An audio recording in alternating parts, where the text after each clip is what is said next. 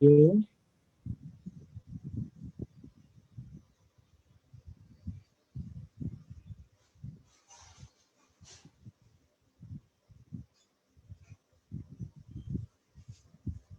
चलिए तो प्रारंभ किया जाए।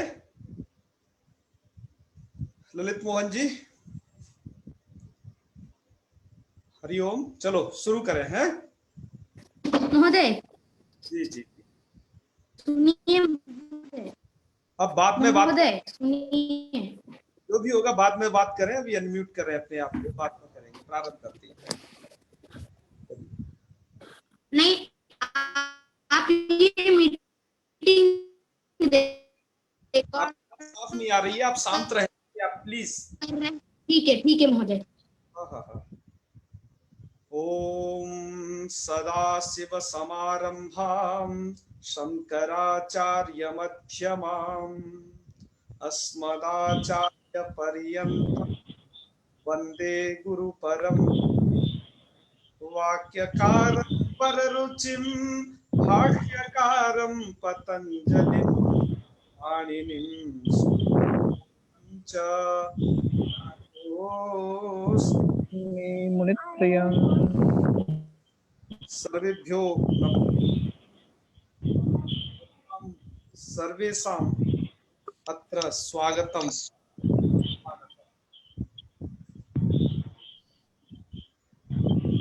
इदानीं क्रियायाः शुभारम्भः क्रियते। यः ऊकारप्लुत इति सूत्रे काचितं ह्रस्व संज्ञा कस्य भवति, दीर्घ संज्ञा कस्य भवति, प्लुत संज्ञा कस्य भवति इति विषये सम्यक् रूपेण पाठितम्। केचन अंशाः अवशिष्टाः सन्ति। यथा केचन पृष्टवन्तः ए ऐ ओ औ इत्यादीनां ह्रस्वभेदः अस्ति न वा इति धिया अद्य तस्य विषये एव विचार्यते। तो आइए प्रारंभ करते हैं। कल का हमारा जो पाठ था, आप सभी लोगों ने उसे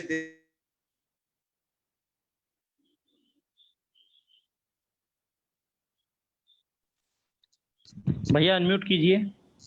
हाँ, ह्रस्व अनम्यूट कीजिए। भेद बताया था और प्लुत भेद हमने आपको बताया। कौन पक्षी क्या बोलता है? नीलकंठ नाम का पक्षी एक मात्रा स्वर उच्चारण करता है, काक दो मात्रा का उच्चारण करता है, और यह मयूर यह तीन मात्रा अर्थात प्लुत का उच्चारण करता है। और जो नकुल है, जो सबसे यह नीचे दिया हुआ है, यह कितनी मात्रा का करता है? आधी मात्रा का उच्चारण करता है। आधी मात्रा वाले स्वर होते हैं, वो व्यंजन होते हैं, स्वर नहीं होते। तो अब चलते हैं अगले भेद की तरफ। उसके बाद ये स्लाइड में आपको बताया था सूत्र का अर्थ कैसे करना है, लघु सिद्धांत कौमुदी में दी हुई मूल पंक्तियों से। और एक यह मुर्गा एक इस प्रकार का पक्षी है जिसको कुक्कुटः बोला जाता है संस्कृत में। तो यह इसके पास ऐसी क्षमता है कि ये तीनों उच्चारित कर सकता है, ह्रस्व भी कर सकता है, दीर्घ भी कर सकता है, और यह प्लुत का भी उच्चारण एक साथ कर सकता है। यह इतनी क्षमता वाला है ये। तो अब आइए थोड़ा सा आगे बढ़ते हैं। इस स्लाइड में हमने आपको बताया था कि प्रत्येक जो अच है अर्थात अ ई उ री ली ए ओ ऐ औ, यह जो जी प्रत्येक, इस प्रत्येक के ह्रस्व दीर्घ प्लुत ये तीन तीन भेद होते हैं। तो कुछ लोगों ने शंका की थी कि जो ये ह्रस्व दीर्घ और प्लुत नाम के भेद हैं, क्या वो इनके भी होंगे जो इधर ए ओ ऐ औ ये पढ़ा गया है, ये वाले चार, कि इनके भी ये ह्रस्व दीर्घ प्लुत ये भेद होंगे? हमको हम स्पष्ट करना चाहते हैं कि इनके ह्रस्व भेद नहीं होता है, बल्कि उनका ये दीर्घ और प्लुत भेद होता है इनका। और भी इनका कुछ विवरण है, उसे हम आपको अगली स्लाइड में अब दिखाते हैं। कल के प्रश्न का उत्तर हमने सोचा था कि चलो आपको फिर दिखाएंगे। मैं सोच रहा था कि मुख नासिका वचन अनुनासिका सूत्र को पढ़ाने के बाद शायद आपको बताएं, लेकिन कल आपकी जिज्ञासाओं के देखते हुए हमने सोचा कि अभी बता देते हैं यहाँ पर एक बार, और एक बार वहां पर भी बता देंगे। अतः वह स्लाइड आपके सामने प्रस्तुत। इस स्लाइड में आप देख पा रहे होंगे कि बीच में बोलना बंद कीजिए। रेडमी मैं रिमूव कर दूंगा आज सीधे। अचों के भेद कहे गए हैं, जिसमें आप ध्यान से देखिए अ के 3 भेद हैं। ये आपको 3 भेद अ के, ये देखिए, ये ह्रस्व सबसे पहला, दूसरा दीर्घ, और तीसरा बिल्कुल उसी क्रम से प्लुत में यह एक परंपरा है कि उसके आगे 3 लिख देते हैं। 3 लिख देने से पता चलता है कि ये त्रिमात्रिक है, ये दर्शाने के लिए प्लुत होता है। आपने कहीं कहीं देखा होगा जो लोग ओम लिखते हैं वो ऐसे करके ओ बना के एक ऐसा एक और बनाते हैं, तो वो भी प्लुत ही है, ठीक है ना। तो ये आप एक आकार के 3 भेद समझे। उसके बाद है ये ई के 3 भेद हैं, ह्रस्व दीर्घ प्लुत, जो हमने कल संज्ञा बताई थी उसी तरीके से। ऊ के 3 भेद हैं, उनके लिखने के प्रकार आप देखते जाइए। री के भी 3 भेद हैं, उसके प्रकार देखते आइए। अब ली का क्या है, दीर्घ भेद नहीं होता है। आपको यहाँ पर क्रॉस का चिन्ह लगा हुआ दिखाई दे रहा होगा, जो आपको ये बतला रहा है कि जी ये जो ली है ये नहीं होता है। क्या इसमें किस चीज का अभाव है कि इस ली के दीर्घ नहीं। तो क्यों नहीं होता? अब कोई कहेगा नहीं हम तो कर दें, आप कहें तो जैसे ह्रस्व को बोले ली और इसको बोलते हैं ली, और प्लुत को बोलते हैं ली, ऐसा तो कह रहे हैं नहीं, वो दरअसल व्यवहार में नहीं है। शुक्ल यजुर्वेद की वाजसनेयी की संहिता में लोग यह मानते हैं कि लिकारस्य प्लुतम नास्ति दीर्घम नास्ति वाजसनेयी भी, लिकार का दीर्घ नहीं होता है वाजसनेयियों के मत में, अर्थात वाजसनेयी संहिता वालों के यहाँ पर। तो उसी परंपरा को यहाँ पर किया गया है, अतः लिकार का दीर्घ नहीं होता है। अच्छा, और अब कुछ ये चर्चा करते हैं आपसे ए ओ ऐ औ। जैसा कि आपको स्लाइड में दिख रहा है, ए ओ ऐ औ ये दीर्घ है, देखो, अर्थात ये कभी ह्रस्व नहीं होते। बहुत सारे लोग क्या समझते हैं, इस वाले को समझते हैं कि वो ह्रस्व है और इस वाले को समझते हैं कि वो दीर्घ है। आपको इस क्लास के बाद ये पता, जो लोग नहीं जानते हैं उनकी ये भ्रांति सदा के लिए मिटने वाली है कि ए ऐ और ओ औ ये वर्ण ह्रस्व नहीं होते। अतः आप ये नहीं प्रयास करें कि नहीं ये वाले ये समझे कि ये ह्रस्व है, ये ह्रस्व नहीं, ये सब चारों के चारों दीर्घ ही हैं। या तो ये दीर्घ यूज होंगे या फिर ये प्लुत के रूप में यूज होंगे, ये इनकी कंडीशन है।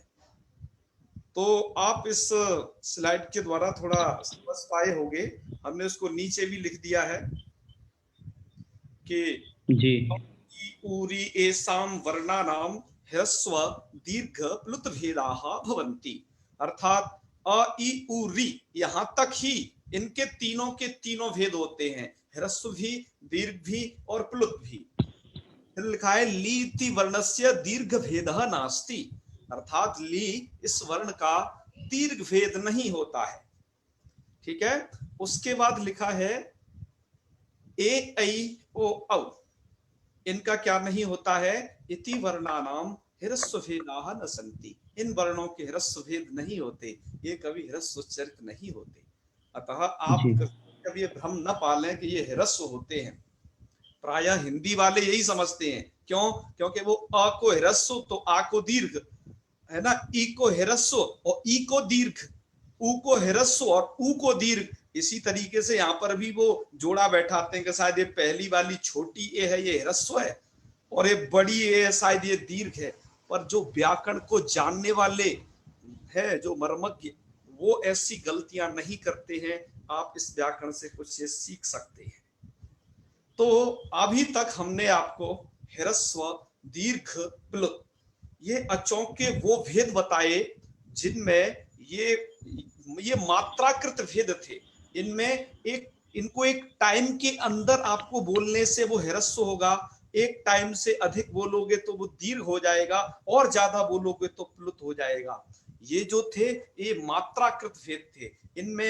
इनमें आवश्यक है एक टाइम की लिमिट है, तभी वो ह्रस्व दीर्घ प्लुत में बदलेगा।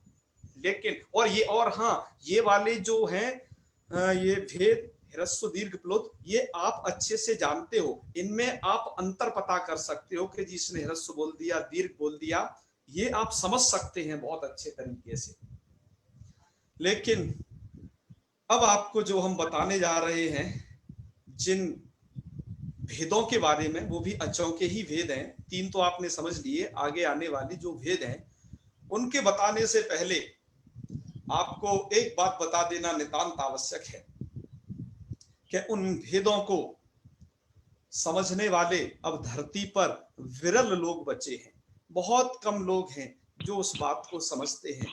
मैं ये कहूं तो अतिशयोक्ति नहीं होगी, अच्छे अच्छे व्याकरण के पढ़ने वाले, पढ़ाने वाले अध्यापक लोग भी उनको लेकर के व्यामोह में फंसे हुए हैं कि क्या ये क्या चीज, इस धरती से क्या यह कैसे आके ऐसे लोप कैसे हो रही है धीरे धीरे। ये बड़े ही विडंबना का विषय है। हमारे यहाँ पर उच्चारण को इतने माइक्रो लेवल पर डिफाइन किया गया है। आपको यह जब इस क्लास को पढ़ रहे होगे तो आपको ये पदे पदे इस बात की प्रतीति हो रही होगी। आगे आप देखिए, अब थोड़ा, अब जिन भेदों की हम चर्चा करने वाले हैं वो भेद लोक के लिए तो अब पहेली सी बन के रह गए हैं। लोक अर्थात हम जिस जगत में जीते हैं, लेकिन वैदिक जगत के लिए भी अब एक सबसे बड़ी विडंबना, वो जो भेद हैं वो वैदिक जगत के लिए भी बहुत बड़ी पहेली बन के रह गई हैं। मैंने इस संदर्भ में कई सारे वैदिकों को फोन लगाया, उनसे पूछा, लेकिन मैं संतुष्ट जनक मुझे उत्तर नहीं मिले। मैंने काफी सारी किताबें इस मामले में खंगाली और गुरुजनों से बार बार पूछा, जो इसके विशेषज्ञ थे वहां तक पहुंचे। तो आपके सामने जो जानकारी आ पाए वो कुछ इस रूप में प्रस्तुत है। आइए उन भेदों को समझते हैं। अब वो आपके भेद हैं, ये पहले उन भेदों को समझने से पहले आपको ये समझना होगा, वो जो भेद हैं वो है उदात्त अनुदात्त स्वरित। पर वो उदात्त अनुदात्त समझने के लिए आपको यह जब तक नहीं समझेंगे, आप उदात्त अनुदात्त समझना आपके लिए मुश्किल ही नहीं, नामुमकिन होने वाला है।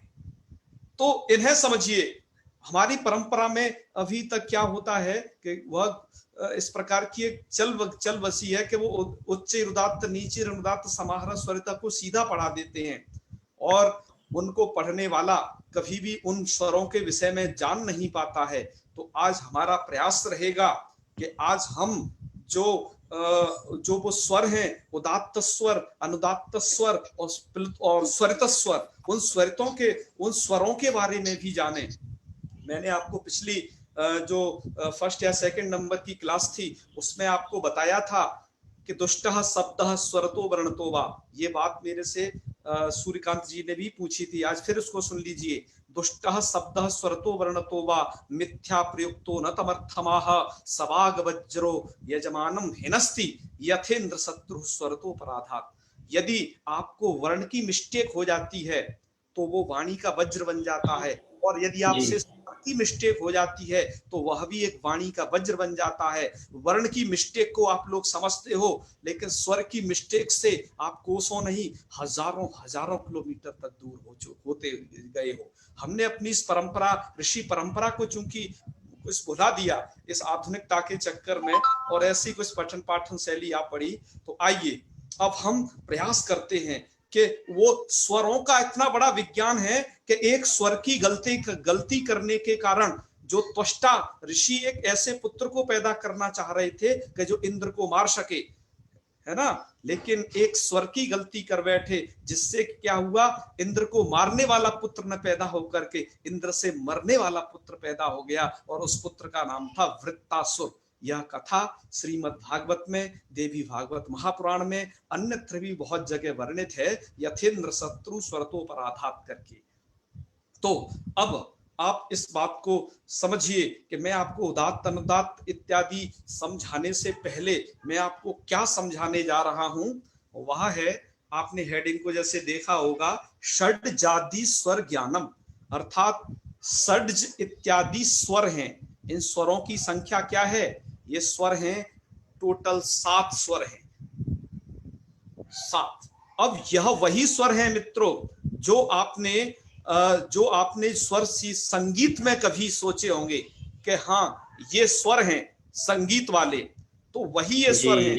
अब ध्यान से देखेंगे, मैंने सा को रेड किया हुआ है। श का मतलब है कि ये सा, और री जो गाय छपी है उसके आगे लिखा है री, तो इसका मतलब है कि मैंने री को जो यहाँ देखिए श रेड है, श री अर्थात रे, और ये ग और म और ये प और ये ध और ये नी, ये वही 7 स्वर है। इनके आज आपको फुल फॉर्म पता चल गई होगी कि श रे ग म प ध और नी का मतलब क्या है। लेकिन इन स्वरों से, अब यह संगीत में तो स्वर हैं, इन्हीं स्वरों के आधार पर हम निर्धारण करेंगे उदात्त अनुदात्त स्वरित का। तो सबसे पहले आइए इनकी डिटेल को पढ़ते हैं कि ये जो 7 स्वर हैं कौन कैसे बोलता है, क्या है। तो आप सबसे पहले नंबर पर देख रहे होंगे एक ये षड्ज नाम का स्वर है। हालांकि हमने जो इसको संकलित किया है उसका आधार ये ग्रंथ है नारदीय शिक्षा। आप यहाँ देख पा रहे होंगे, वहां पर एक श्लोक लिखा हुआ है नारदी शिक्षा में, और यह श्लोक कई जगह है नारदी शिक्षा के अलावा भी। एक आचार्य शिवराज कौंडिन्यायन जी ने भी एक शिक्षा संकलित की है, कौंडिन्यायन शिक्षा, उसमें भी प्रकारांतर से श्लोक है ये। आइए तो पहले हम श्लोक समझ लेते हैं और ऊपर मूलार्थ भी समझ लेंगे। श्लोक की व्याख्या में वो पूरा चित्र है, बस आप ये समझ लीजिए। वहां पर है षड्जम वदति मयूरो, मयूर अर्थात जो मोर है, आपको जो ऊपर दिख रहा हो उसके आगे लिखा है षड्जम वदति, ये षड्ज बोलता है, अर्थात षड्ज नाम के स्वर का उच्चारण करता है। और गावो रंभति चर्षभः, गावः अर्थात गौ, ये गौ माता आपको जो यहाँ दिखाई दे रही है। गावः रंभति चर्षभः, गाय आपको जो रंभति अर्थात जो रंभाती है वो चर्ष ऋषभः, संधि विच्छेद कर लेना, वो ऋषभ स्वर में बोलती है। और अजा अविकेतु गांधारम, अजा अविकेतु गांधारम, अजा माने यह बकरी, और अविक, अवि कहते हैं भेड़ को, तो भेड़ तो हमने यहाँ नहीं लगाई है, बकरी से समझ लीजिएगा वही प्रजाति है। तो अजा अविकेतु गांधारम, अजा और अविक गांधार स्वर को बोलते हैं हमेशा। और क्रौंचो वदति मध्यमम, ये क्रौंच नाम का जो पक्षी है आपको ये दिखाई दे रहा होगा, ये क्रौंच नाम का पक्षी मध्यमम अर्थात मध्यम स्वर को बोलता है। मित्रों ये वही क्रौंच पक्षी है जिसको वाल्मीकि जी के सामने व्याध ने मारा था, ये जोड़ा में रहता है। इसकी जानकारी भी आपको देने वाले हैं अभी थोड़ी देर में। और पहले श्लोक का अर्थ कंटिन्यू रखते हैं। अब सबसे नीचे वाली लाइन देखिए, पुष्प साधारणे काले कोकिलो वक्ति पंचमम, जब पुष्प साधारण काल होता है, पुष्प साधारण काल का मतलब है बसंत ऋतु का काल। क्यों? क्योंकि उस समय फूल ज्यादा खिलते हैं, तो उस समय क्या होती है, जो कोकिल है वो पंचमम अर्थात पंचम स्वर का उच्चारण करती है। और धैवतस्तु क्षम्यताम अश्वस्तु धैवतम वक्ति, जो अश्व है वो धैवतम अर्थात धैवत स्वर को बोलता है। अश्व, यह आपका जो अश्व है 6 नंबर पर, ये धैवत स्वर को बोलता है। और निषादम वक्ति कुंजरा, वक्ति अर्थात बोलना, तो निषादम वक्ति कुंजरा, कुंजरा माने हाथी, तो हाथी है आपका, ये निषाद स्वर में बोलता है। अब आप इस नारद शिक्षा, ये संगीत शास्त्र की शिक्षा कही जाती है। संगीताचार्यों को इस शिक्षा की अच्छी नॉलेज होनी चाहिए। तो इस के माध्यम से यह देख पा रहे होंगे कि इसका हमने किस तरीके से इन स्वरों को हमारे उन ऋषि महर्षियों ने आप लोगों के सामने रखा। ये स्वर का जो विज्ञान है आजकल ये दुर्विज्ञ बन गया है, पर ऐसी बात नहीं है, आप स्वरों को जान सकते हो। हमारे ऋषि मुनि आज कैसे वातावरण में रहते थे पहले कि वो एकदम जंगलों में रहते थे और इतने सुंदर प्राकृतिक परिवेश में रहते थे, आश्रम बनाकर, कुटिया बनाकर, और उन्होंने वहां पर जो महसूस किया कि हाँ किसका क्या स्वर है, स्वर को आप लोगों के सामने यहाँ पर रखा। तो आप अब इसे समझ पाए होंगे कि वो क्या ज्ञान विज्ञान की परंपरा रही है कि जिन्होंने पक्षियों और पशुओं में स्वर ढूंढे, ह्रस्व पुलुत के बजाय अब ये भी स्वर ढूंढे हैं। तो आइए अब इन स्वरों को देखते हैं। आजकल देखो हम लोग हैं ऐसी कंडीशन में रह रहे हैं कि हमको यह भी नहीं पता होता है कि कौन पक्षी का स्वर किस तरीके का होता है, उसके लिए भी बहुत मशक्कत करनी पड़ती है। तो आइए सबसे पहले नंबर पर देखिए षड्ज स्वर। षड्ज स्वर क्या है? मोर बोलता है प्यों प्यों, उसका यह जो उच्चारण है ये षड्ज स्वर के अंतर्गत है। दूसरे नंबर पर है ऋषभ। ऋषभ में आता है आपका ये ऋषभ उच्चारण, आपने गाय का देखा होगा, अम्बे, इस तरीके से जो उच्चारण है, तो यह उच्चारण क्या है? ऋषभ। ऋषभ का मतलब उसने नीचे खर्ज से उच्चारण किया। यहाँ पर ये जो षड्जादी स्वरों का ज्ञान है, यहाँ पर मैं फिर आपको एक बार फिर ध्यान दिलाना चाहता हूं, इसमें टाइम नहीं है, इसमें आपकी वॉइस की स्पीच, वॉइस की रेंज, तेज मध्यम इत्यादि ध्वनि से तात्पर्य है। इसमें ध्यान रखिएगा, इसमें टाइम नहीं है, टाइम की लिमिट नहीं है उसकी तरह, ठीक है ना। यहाँ तो आपकी वॉइस की रेंज क्या है ना, उच्च और नीचे इत्यादि, अधिकता कमता इत्यादि से इसको इसका मतलब है। और तीसरे नंबर पर है गांधारम। तो बकरी कैसे बोलती है? मैं, ये जो है गांधार स्वर है। चौथे नंबर पर देखिए ये मध्यमम नाम का स्वर है, और हमें सबसे ज्यादा इस मध्यम नाम के स्वर को समझने की बहुत दिक्कत हुई। ये इसमें दरअसल आप जो पक्षी देख रहे हैं, इस पक्षी का नाम है क्रौंच पक्षी, जैसे नीचे भी हमने चर्चा की। आज हमने और सूर्यकांत जी ने और हमारे साथ के और भी कुछ लोगों ने इस क्रौंच पक्षी को खोजा। दरअसल क्या होता है मित्रों, ये क्रौंच पक्षी बगुले की प्रजाति का पक्षी है। आप बहुत सारे लोग शायद इसको सारस समझ रहे होंगे, पर ये बिल्कुल सारस नहीं है। हम आपको बताएं, सारस की तरह ये भी पक्षी जोड़ा में रहता है, पर है उसी प्रजाति का, अर्थात ना ये सारस है ना ये बगुला है, पर है उसी प्रजाति का पक्षी। क्योंकि अमरकोशकार ने सारस के अलग पर्याय दिए हैं, इसके अलग दिए हैं, दोनों को अलग अलग दर्शा रखा है। अतः आप इसे क्रौंच पक्षी समझे, वो वाला पक्षी कि जब जिस वाल्मीकि जी ने वह जो श्लोक बोला है, मां निषाद प्रतिष्ठाम त्वम मगमः शाश्वती समा यत क्रौंच मिथुना देख अवधि काम मोहितम, यह क्रौंच पक्षी है, ये हंस पक्षी बिल्कुल नहीं है। इसको ध्यान रखिए, मैंने कहा ये बगुला की प्रजाति का ये पक्षी है। तो यह पक्षी के बारे में और भी आप देखिएगा। तो ये बोलता कैसे है? जैसे आपने सारस को थोड़ा बोलते हुए सुना है, ये वही वैसा ही बोलता। कैसे बोलता है? टिचिटी टिचिटी, मतलब इस प्रकार से कुछ ये शब्द करता है, जो कि मध्यमम नाम के स्वर के नाम से इसका स्वर विख्यात है। और इसके बाद आते हैं हम पंचम स्वर पर। कोयल का तो स्वर शायद सभी ने सुना होगा, इसको कहने की आवश्यकता ही नहीं है। कुहू कुहू इत्यादि पंचम स्वर से जो इसका बोलना है वह सबने आपने सुना ही होगा। छठे नंबर पर है धैवत स्वर। धैवत स्वर अश्व बोलता है। तो अश्व क्या है, कैसे करता है? इस प्रकार से। तो आप समझ लें कि ये उसने धैवत स्वर का उच्चारण किया है। इसके बाद है निषाद। निषाद स्वर अर्थात हाथी की चिंगाड़, ची ची, इस तरीके से इतना इतना ज्यादा शोर करता है कि ये जो है उसको निषाद स्वर कहा जाता है। तो ये आपने स्वरों के बारे में कुछ पता होगा। अब आपको हम आगे ले चलते हैं और उस अगली स्लाइड में अब आप लोगों के सामने प्रस्तुत है कि इन स्वरों के द्वारा, अर्थात इन षड्जादी स्वरों के द्वारा आप उदात्त, अनुदात्त और स्वरित का ज्ञान कैसे कर सकते हो। तो वो फिर अब आपके सामने इधर प्रस्तुत है। हमने ऊपर हेडिंग दी है इसको, षड्जादी द्वारा उदात्त, अनुदात्त, स्वरित ज्ञान।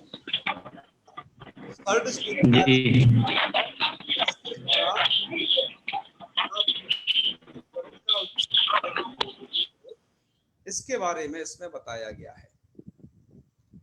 तो हाँ जी, तो षड्ज स्वर आपने जो अभी स्वर पढ़े थे 7, उनके द्वारा उदात्त अनुदात्त स्वरित का ज्ञान कैसे होता है ये आपके सामने प्रस्तुत है। आइए सबसे पहले हम ये श्लोक थोड़ा पढ़ते हैं। इसी श्लोक की व्याख्या ये हमने ऊपर दी हुई है। श्लोक में आप देख पा रहे होंगे, लिखा है उदात्ते निषाद गांधारा वनुदात्त ऋषभ धैवतौ स्वरित स्वरित प्रभवाह्येते षड्ज मध्यम पंचमाः। पाणिनि शिक्षा का 12वें नंबर का श्लोक है। तो इसमें क्या बताया गया है, उदात्ते निषाद गांधारो। व्याख्या भी ऊपर देखते चलिए, इन चित्रों में ही इसकी व्याख्या है श्लोक की। उदात्ते निषाद गांधारो, निषाद स्वर और गांधार स्वर उदात्त होते हैं। आप निषाद हाथी के आगे लिखा देख रहे हो, उसके आगे उदात्त भी लिखा है, अर्थात हाथी उदात्त बोलता है। और गांधार स्वर भी उदात्त होता है, अर्थात बकरी का, बकरी भी क्या बोलती है, उदात्त स्वर में बोलती है। अर्थात जो 2 स्वर हैं संगीत शास्त्र के, नी और ग, ये दोनों क्या है, उदात्त स्वर है। तो उदात्ता निषाद गांधार। और दूसरे नंबर पर है श्लोक में अनुदात्ता ऋषभ धैवतौ। ऋषभ और धैवत नाम के 2 स्वर अनुदात्त हैं। आपने देखा है कि ये ऋषभ अर्थात ये गाय या बैल कुछ भी ले लीजिए, ये अनुदात्त बोलते हैं। और घोड़ा की भी जो ध्वनि है वो अनुदात्त है। तो आप समझ गए होंगे, क्योंकि इनकी जो इस बोलने की जो एक स्पीच है, मतलब उसका एक जिससे कहते हैं एक ध्वनि, तीखापन आपको बकरी में और ये हाथी की चिंगाड़ में ये बहुत ज्यादा दिखता होगा। तो इसलिए इनके स्वर को उदात्त की संज्ञा दी गई है। उसके बाद क्या दिया गया है, अनुदात्तो ऋषभ धैवतौ। ऋषभ और धैवत का स्वर क्या है कि उसमें गंभीरता होती है, जिसके कारण इस स्वर को क्या कहा जाता है, ऋषभ और धैवत को अनुदात्त स्वर कहा जाता है। तो घोड़ा और गाय अनुदात्त स्वर में बोलते हैं। फिर नीचे लिखा है स्वरित प्रभवाह्येते षड्ज मध्यम पंचमा। षड्ज स्वर और मध्यम स्वर और पंचम स्वर, ये तीनों के तीनों स्वरित होते हैं। षड्ज अर्थात मयूर का बोलना। मयूर का बोलना ना तो उदात्त है ना अनुदात्त है, थोड़ी बीच की क्वालिटी है ना, तो वो षड्ज स्वर है।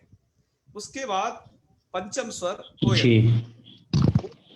उदात्त बीच की स्थिति है, ना तो बहुत ज्यादा हाथी की तरह तीखा है और ना ही जो है इनकी तरह गाय की तरह वो मध्यम, अब छोटा है, मतलब नीच वाला है हल्का, और बल्कि वो बीच का है, कोकिल का भी।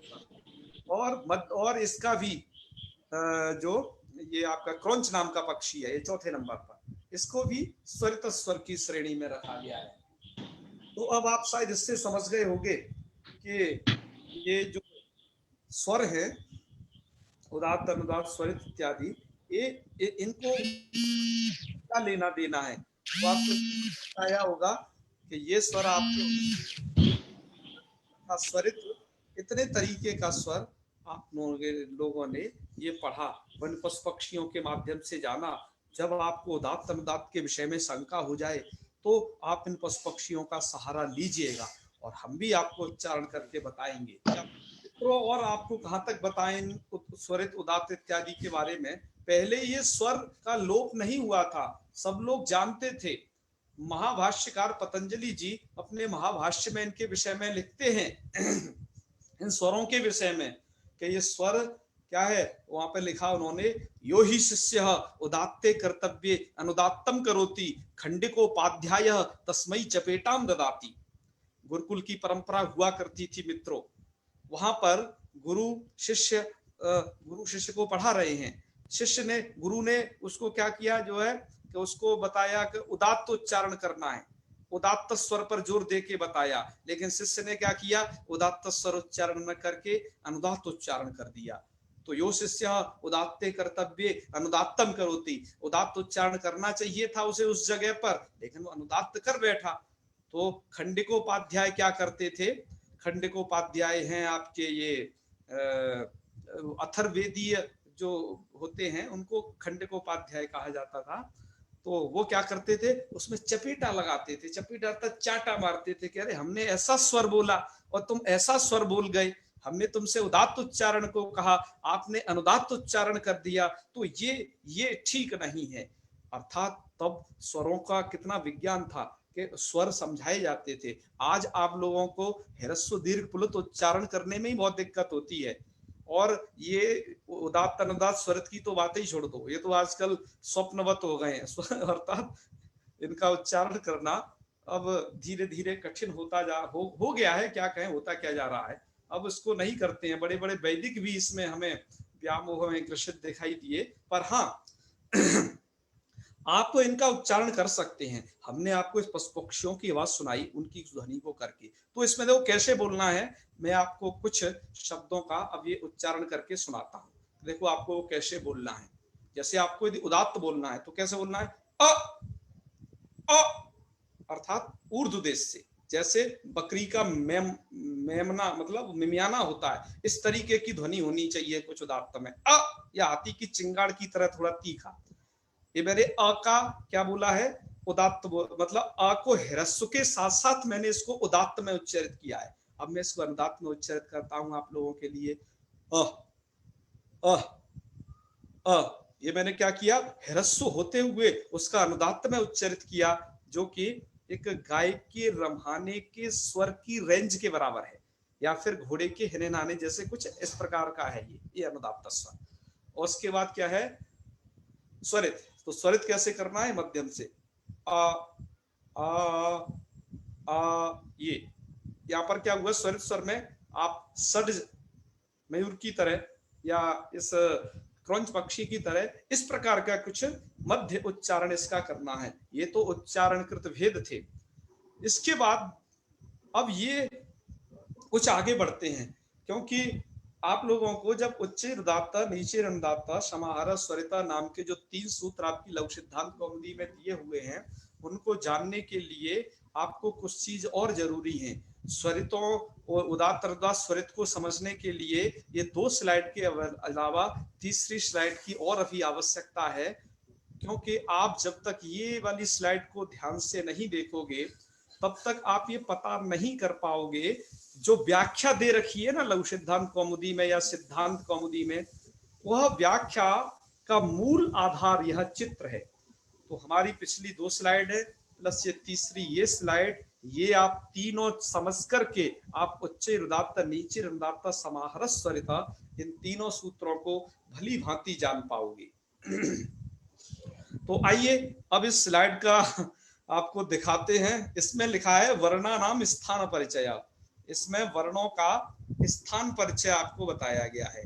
मित्रों, हमने सबसे पहले जो नीचे श्लोक दिया है आप पहले उसे पढ़ेंगे, उसके बाद उस चित्र को देखना है। यहाँ पर हमने दिया है अष्टौ स्थानानि वर्णानाम पुरः कंठ शिरस्तथा जिह्वा मूलम च दंताश्च नासिकोष्ठौ च तालु च। पाणिनि शिक्षा का 13वें नंबर का श्लोक है। तो क्या बताया गया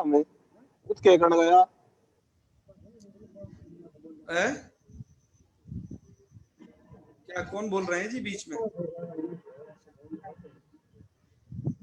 सुनिएगा आगे की। आप देखिए यहां लिखा है अष्टौ स्थान वर्णानाम मुरा कंठ शिरस्तथा। अध्येताओं, आप लोग जब वर्णों का उच्चारण करते हो तो आपको ये पता होना चाहिए वो वर्णों का उच्चारण है वो 8 जगहों से होता है। हम जो वर्ण बोल रहे हैं ना, आप मुझे सुन रहे हो या फिर आप किसी से बातचीत करते हो, गीत गाते हो, कुछ भी, आप जब वर्णों का उच्चारण करते हो तो 8 जगह से वो वर्ण उच्चारित होते हैं। पाणिनि शिक्षा में ये बताया गया है। उसमें सबसे पहला है, हमने लिखा हुआ है यहाँ पर उरह। ये उरह का मतलब होता है आपका छाती वाला भाग। यहाँ पर कुछ जोर लगाना पड़ता है कुछ वर्णों को बोलने में, वो उनका उरह उच्चारण स्थान है। कुछ वर्ण मात्र केवल कंठ से बोले जाते हैं, वहां दूसरा लिख रहा है।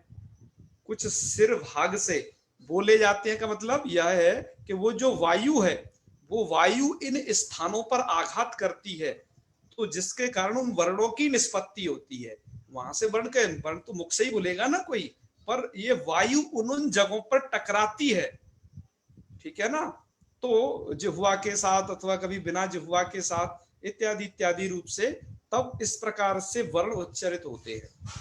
तो वर्णों को ये वायु का सहयोग है। जब हम कह रहे हैं उर कंठ सिर, तो आप समझ लीजिएगा यह जो बात बताई गई है ये वायु के टकराने के कारण बताई गई है। और जिह्वा मूलम, जिह्वा का मूल भाग भी क्या है, वर्णों का उच्चारण स्थान है। चौथे नंबर का दंत, कुछ वर्ण दंत से बोले जाते हैं मित्रों, जैसे त थ द ध न। आगे इनकी विस्तार से चर्चा होने वाली है तुल्यास प्रत्यनम सवर्णम सूत्र पर, चिंता नहीं करें। ये तो अभी हम आपको उदात्तम स्वर के लिए थोड़ा बता रहे हैं। नासिका ये 6ठे नंबर का है, और इसमें ओष्ठ ये 7वें नंबर का है, वो एक संधि हो रखी है उसकी, इसलिए थोड़ा ऐसा है वो। और तालु च, और तालु उच्चारण स्थान है। ये इस प्रकार से कुल मिलाकर के 8 उच्चारण स्थान हुए। अब आपको क्या करना है मित्रों कि हमने यहां पर आप देख रहे होंगे 1 2 से लेकर के 19 तक कुछ उच्चारण स्थान बताए हैं। ये 1 2 से लेकर के 19 तक उच्चारण स्थान बताने का मतलब यह है कि यह जो विभाग है, इतने इतने सारे ये आधुनिक लोगों के द्वारा किया हुआ विभाग है, अर्थात भाषा वैज्ञानिकों के द्वारा यह विभाग किया गया है, जिसमें उन्होंने 19 जगह से उसको समझा कुछ इस तरीके से कि ये हमारे वर्णों को उच्चारण करने में ऐसा ऐसा कुछ ये होता है, ये उच्चारण स्थानों का उन्हें लगा। पर मूल रूप से देखे जाएं, ये तो बहुत ही ज्यादा सूक्ष्म हो गया। मूल रूप से देखा जाए तो ये 8 ही वर्णों के उच्चारण स्थान है मित्रों, जिसमें से आपका कंठ तो यहाँ आ ही रखा है। कंठ के बाद आप आ जाइए मूर्धा 2, तालु 3, और आपका तो दंत ये हो गया 4, ओष्ठ हो गया 5, जी। ओष्ठ। अब कौन बचा इसमें से, दंत, तालु, और नासिका किधर है भाई, नासा, जीवा मूल, और जिह्वा मूल बचा है अभी, जिह्वा 13 नंबर। तो ये 8 कितने हो गए, 3 4 5 6 7, अब भी कोई एक बच गया, उरह, उरह बच गया शायद, मूर्धन्य, मूर्धन्य आचार्य, मूर्धन्य श्रुति के उच्चारण लुट करने वाला भाग। तो इसमें उरह जाने कहाँ, उरह को, हाँ बिल्कुल, इसमें उरह इसलिए नहीं दिया गया है, समझिएगा कि उरह दरअसल छाती वाला भाग है। और इस चित्र में आप जो कि देख रहे होंगे, इसमें जो वर्णों का उच्चारण स्थान मुख तक दिया है, छाती तो इसमें दिखा भी नहीं रखी है चित्र में, अतः वो उर स्थान इसमें नहीं दिया है। पर कुछ वर्णों का उर स्थान होता है, वो हम आपको बताएंगे, ठीक है ना, उसकी चिंता करनी है। तो आपको खोजने का तरीका क्या है, इसमें कैसे जानोगे, जहां 1 2 पर कंठ लिखा हुआ है, ध्यान दीजिए, जहां पर 1 2 कर क्या लिखा हुआ है, कंठ, तो आप यहाँ पर 1 समझ जाए, वहां देखो 1 लिखा हुआ है, ये समझ लेना एक कंठ है, एक व्यक्ति का ये पूरा वो है मुख। वो 2 नंबर पर आप समझ लेना कि ये भी थोड़ा कंठ से ऊपर वाला ये भाग है 2। तीसरे नंबर पर और हुए, देखो 5वें नंबर पर है मूर्धा, ये यहाँ 5वें नंबर पर, और है ना, और ये आपका तालु वगैरह 6ठे नंबर पर है, मतलब तालु थोड़ा और इधर होता है, जहां से आप क्या बोलते हो, ये 6ठा नंबर आपको दिख रहा होगा, तालु होता है जहां से आप ये बोलते हो। मूर्धा मतलब ये 5वां, जहां से आप ट ठ ड ढ बोलते हो, जहां जिह्वा टकराती है, वो मूर्धा होता है। तो इसी तरीके से आप इसमें खोज लीजिएगा। ओष्ठ 11 नंबर पर है, आप इधर देखिए, ये दोनों 11 नंबर है इधर, है ना, ये ओष्ठ 11वें नंबर का। तो इस तरीके से आप देख लीजिएगा, इसमें कुछ जिह्वा के अग्रभाग से, मूल भाग से जो उच्चरित होते हैं, ये चित्र बिल्कुल आपकी सहायता करेगा। फिर आप उनको, हम आपको बोल के भी कुछों को दिखाएंगे, जब हम तुल्यास प्रत्यनम सूत्र पढ़ाएंगे, तब आपको ये पूरा का पूरी बात समझ में आने वाली है। और ये 12वें नंबर पर जो लिख रहा है, नासिका का ये कोई अग्रभाग है, ये नासिका मतलब ये नाक है इधर इस साइड में, तो ये भाग, मतलब मूर्धा का लेवल यहाँ हो गया, मतलब मूर्धा थोड़ा सा इधर होता है, ठीक है ना, ये 5 नंबर आप देख रहे होंगे। तो ये थोड़ा वर्णों के उच्चारण स्थान का ये था, आपने समझा होगा कि किस तरीके से वर्णों का उच्चारण, स्थान इत्यादि है। जी तो इसके माध्यम से कुल मिलाकर के ये कहना चाह रहे थे आप लोगों से कि इतनी चीज को आप समझने के बाद आप ये समझ पाएंगे उच्चैरुदात्त, नीचैरुदात्त और समाहार स्वरित। इन सूत्रों की व्याख्या को आप समझने के लिए ये जो आपको दर्श बताया गया था ये बहुत महत्वपूर्ण है। तो आप कृपा करके इनको तो समझें ही, आपको भी जो बताया गया है और उदात्त अनुदात्त और स्वरित का उच्चारण करने की थोड़ा सीखने के लिए YouTube पर कुछ दक्षिण के विद्वानों ने, संस्कृत के जो विद्वान हैं वेद के, उन्होंने कुछ एक आध वीडियो क्लिप डाल रखी है इस तरीके से, जिसके माध्यम से आप समझ पाएंगे कि हाँ यह हम उच्चारण कर पा रहे हैं। तो वो आपकी सहायता करेगी। प्लस हमने आपको भी बीच में जो उच्चारण करके बताया, ये ऐसा उच्चारण आपको समझना होगा, इस तरीके से होता है। तो इस स्वरों की महिमा बहुत भारी रही है, पर आजकल के लिए तो कुछ भी नहीं है। आजकल तो ह्रस्व दीर्घ प्लुत नहीं आदमी ठीक से बोल पा रहा है, तो कहाँ वो उदात्त अनुदात्त स्वरितों की चिंता करेगा। तो उनका बड़ा रोल रहा है अर्थ को करने में, हमारे प्राचीन ग्रंथ देखने से ऐसा लगता है हमें। और दरअसल बात क्या है कि हम में से कुछ लोग करते हैं, कुछ लोग उदात्त करते होंगे उच्चारण, लेकिन उन्हें पता नहीं है कि मैं उदात्त कर रहा हूं। कुछ लोग अनुदात्त करते होंगे किसी वर्णों को, है ना, तो उन्हें पता नहीं है कि जी अनुदात्त है। बस इतनी ही सी बात है। अब उन्हें कोई बताने वाला नहीं रहा कि आप जो उच्चारण कर रहे हो वो क्या है दरअसल। तो ये सब चीजें हैं आज के व्याख्यान में। हम अब कल से उच्चैरुदात्त की तरफ बढ़ेंगे और हम स्वर विज्ञान को भी ऐसा समझेंगे बहुत अच्छे तरीके से। आप इसे समझ चुके होंगे और आप लोगों प्रश्न हो, पूर्व पक्ष हो, तो आप थोड़ा उन्हें हाथ उठाएं, हाथ उठाएंगे हाथ।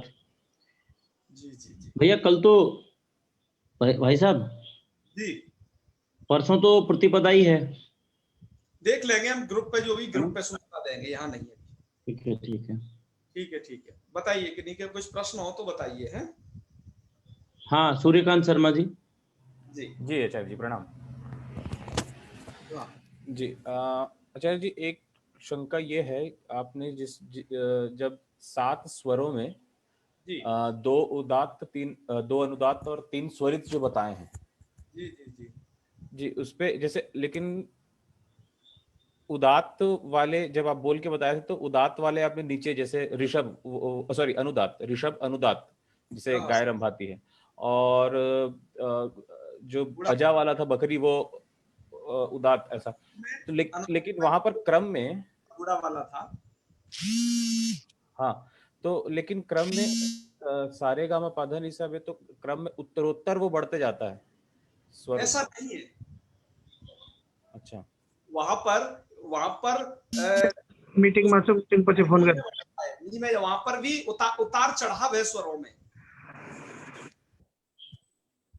वहां पर स्वरों में उतार चढ़ाव है, बढ़ता नहीं है ना। कुछ में कम है तो कुछ में ज्यादा है, इस तरीके का है। इन श्लोकों के माध्यम से जैसा हमें लगा है, नारद शिक्षा में जो कहा है वो, और उदात्त अनुदात्त जिनको बताया गया है वो भी है यहाँ। जी जी जी, ठीक है आचार्य जी। और एक और भी थोड़ा विचार करिएगा किस तरीके का ये विभाजन है।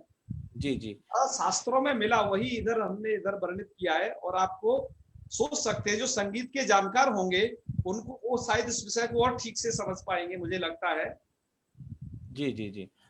एक प्रार्थना थी आचार्य जी की ये अगली कक्षा में या अभी यदि कुछ ध्यान आ रहा हो तो कोई एक आध श्लोक या मंत्र जिसपे ये हो तो वो और अच्छे से समझ में आ जाएगा अगर आप उच्चारण करके बताएंगे। क्लास में होगा। हमने क्या था ना, जी जी, उच्चैरुदात्त की क्लास को स्टार्ट करने से पहले हम इनको लगा के भी बताएंगे। अच्छा, धन्यवाद। जी जी। राजमणि उपाध्याय। नमो नमः आचार्य जी। नमो नमः आचार्य जी, मेरी जिज्ञासा ये है कि जो अभी आपने कुछ स्लाइड्स दिखाए, यदि कृपा करके वो उपलब्ध करा देते ग्रुप में। वो आ जाएगा राजमणि। जब मैं स्लाइड दिखाता हूँ आप भी स्क्रीनशॉट कर सकते हैं, तो बहुत मामूली बात है। मैंने लोगों से बोला भी हुआ है, आप लोग स्क्रीनशॉट करें। ये वीडियो भी आपको फेसबुक पर भेजी जाएगी, ये सब आएगी, ठीक है ना। एक और है, सब चीज उपलब्ध होगी, घबराए नहीं। सब मैं चीज। कुछ मैं एक्चुअली नोट कर रहा था ना, तो मेरा कुछ छूट गया, इसीलिए मैं कह रहा था। नहीं नहीं, पूरा का पूरा मिलेगा आपको। अच्छा आचार्य जी, वो जो आपने कल पढ़ाया था, हाँ, ऊश्च ऊश्च ऊश्च वह वाम काल इव कालो यस्य, यस यस, इसमें जो वह है, वह शब्द का क्या मतलब है और ये यहाँ पे क्यों प्रयोग किया गया है? बिल्कुल। वह आपने थोड़ा उस व्याख्या को देखा होगा उस स्लाइड में, मैं आपको स्लाइड भेजूंगा। मैंने उच्च उच्च उच्च बराबर करके उसके वह लिख रखा है। हाँ आपने ध्यान दिया? मैं आपको स्लाइड हाँ पर जी। दोबारा से एक बार फिर से देखिए आप। हाँ जी। हम एक बार फिर स्लाइड्स पे जाते हैं और आपको ये स्मरण कराने की कोशिश करते हैं कि हाँ कि आपने क्या लिखा था वहां पर। ये देखिए, उसकी व्याख्या को यदि आप ढंग से यदि देखेंगे तो थोड़ा ही अच्छा लगेगा आपको। वह का मतलब आप समझ गए होंगे स्लाइड में। उच्च उच्च उच्च बराबर वह। अब वह का मतलब क्या है कि तीनों ऊकार मिले हुए हैं इस वह में। तो ये वह का मतलब क्या है? ये तीनों वह का मतलब तीनों, उसमें ह्रस्वकार दीर्घकार प्लुत। अब वह का मतलब क्या है? वह इन्होंने क्यों बताया? वह इसलिए बताया, आगे लघु सिद्धांत कौमुदी की वृत्ति में लिखा हुआ है वाम।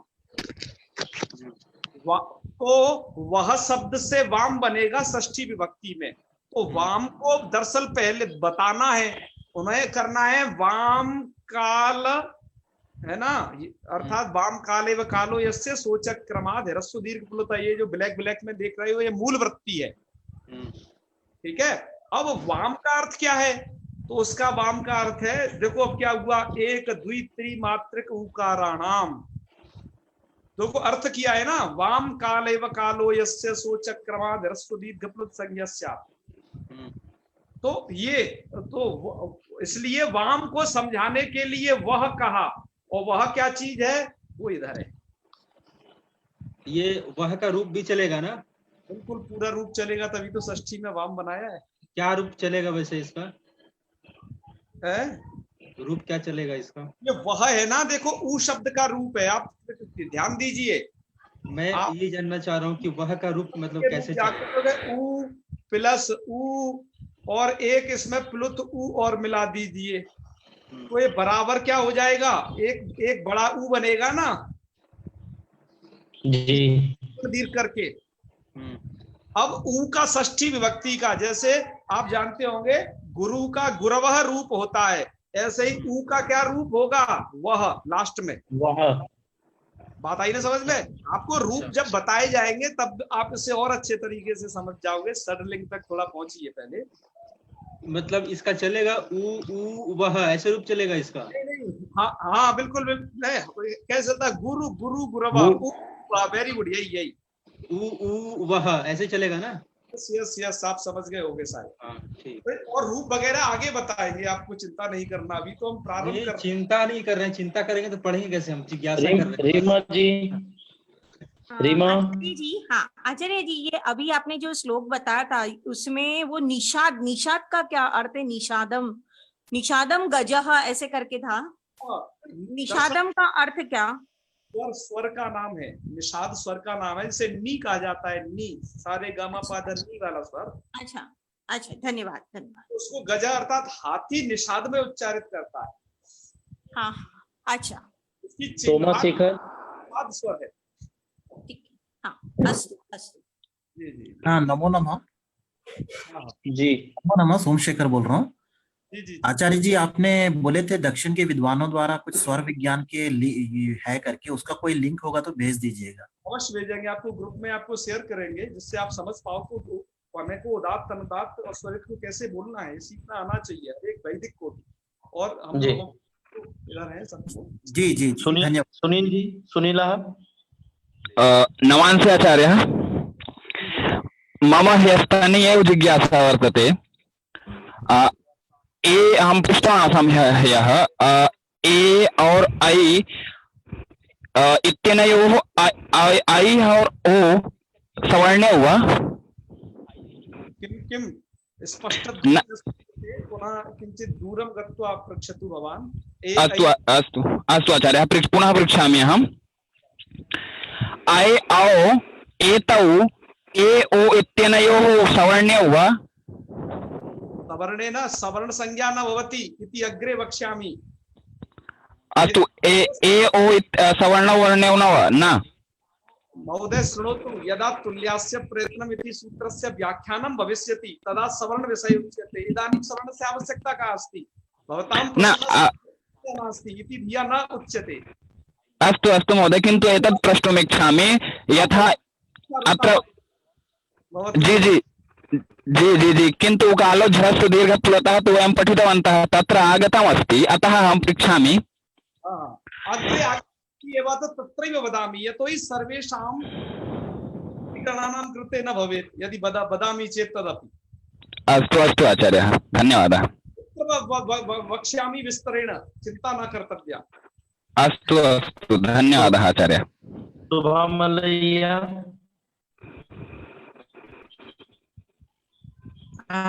नमस्कार आचार्य जी। एक बार आप उदात्त अनुदात्त और स्वरित का उच्चारण जो भेद समझ नहीं पाई मैं, थोड़ा सा फिर से बताइए। बिल्कुल, आप इसके लिए वीडियो द्वारा से देख लेना और हम आपको YouTube की एक लिंक भेजेंगे। जो हमसे अभी एक बात हुई थी, हमारे अभी आप लोगों में से बोल रहे थे कि वो उदात्त अनुदात्त स्वरित का उच्चारण कैसे करना है, इसका एक शॉर्ट वीडियो कराएंगे 1 से 2 मिनट का, आप उसे सुन लीजिएगा, आपको क्लियर हो जाएगा। जी, जब नहीं हो तब फिर आप कल पूछिएगा इस चीज को। जी है ना? धन्यवाद। हमने इस बीच में बोला तो आपने सुना होगा शायद। और नेक्स्ट क्वेश्चन। बस हो गया, सारे हो गया। हो गया है ना? एक सूचना थी, ये सभी लोग अपना नाम कृपया लिखें। ये कई लोगों के नाम ही नहीं है डिवाइस के। हाँ, अपने डिवाइस के नाम लिख लेना आप सर। हाँ, कृपया डिवाइस के नाम लिखिए और जैसे ही आप लोग यहाँ आते हैं तो अपने को म्यूट कीजिए। हाँ, वहाँ पर एक ऑप्शन आता है ना, आप किस नाम से लॉगिन कर रहे हैं, वहाँ नाम एक बार दोबारा से अपना नाम चेंज कीजिए, जो वास्तविक नाम है वो लिखिए। महानुभाव है, नहीं तो ऐसे कुछ नाम लिखे हुए हैं तुम यहाँ जबरदस्त खबचट जैसे जो समझ में नहीं आते। हम संज्ञा प्रकरण पढ़ रहे हैं और हमारे कोई संज्ञा नहीं मालूम किसकी क्या है। आपकी संज्ञा नहीं पता बिल्कुल। जी चलिए, हो गया। चलिए, प्रणाम गुरुदेव। करते हैं। जी बोले। गुरुदेव निवेदन था, बोलिए। कल की अगर वीडियो उपलब्ध हो जाए तो बड़ी कृपा होगी आपकी। नहीं है कल की वीडियो सर। मां कश्चित् दुःख भाग् भवेत्। ओम शांति सर्वेभ्यो नमो नमः। भाई साहब, कल की वीडियो नहीं है क्योंकि कल नहीं हो पाया था, कल लाइव नहीं हो पाया था, इसलिए कल की वीडियो नहीं है। संतोला जी, आज का वीडियो उपलब्ध करा देना। आज का तो फेसबुक लाइव हो रखा है, पूरा मिल जाएगा भैया। बाद में उसको नीलाभ सर भी डाल देते हैं।